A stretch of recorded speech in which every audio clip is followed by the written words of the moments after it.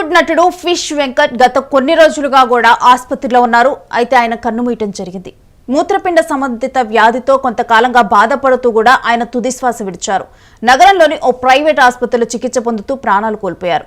2 కిడ్నీలు చెడిపోవడంతో డయాలసిస్ కోసం కుటుంబ సభ్యులు ఆయన కొన్ని రోజుల కిందట ఆసుపత్రిలో చేర్చారు.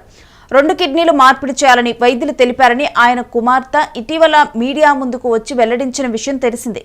అయితే వైద్య సేవలు పొందలేని దీనస్థితిలో ఉన్నామని, దాతలు ఎవరైనా సాయం చేయాలని ఆమె కోరారు. ఇంతలోనే ఆయన మృతి చెందటం విషాదకరం.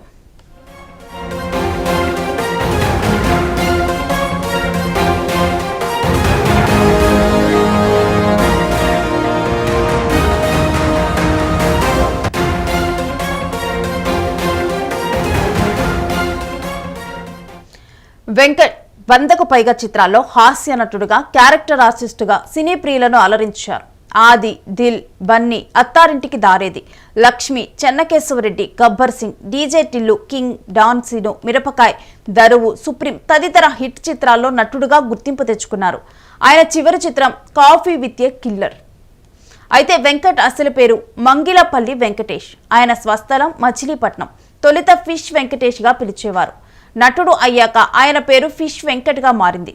గతంలో సాదాసీదా చేపల వ్యాపారిగా ఉన్న వెంకట్కు 1989లో ఓ మిత్రుడి ద్వారా దివంగత నిర్మాత మాగంటి గోపీనాథ్ పరిచయమయ్యాడు.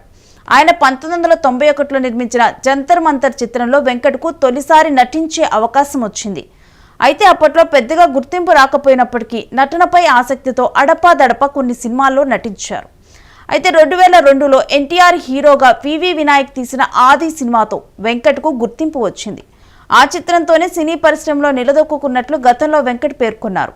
సినీ పరిశ్రమలో తనకు వివి వినాయక్ గాడ్ ఫాదర్ అని ఆయన గతంలో పలుమార్లు చెప్పారు.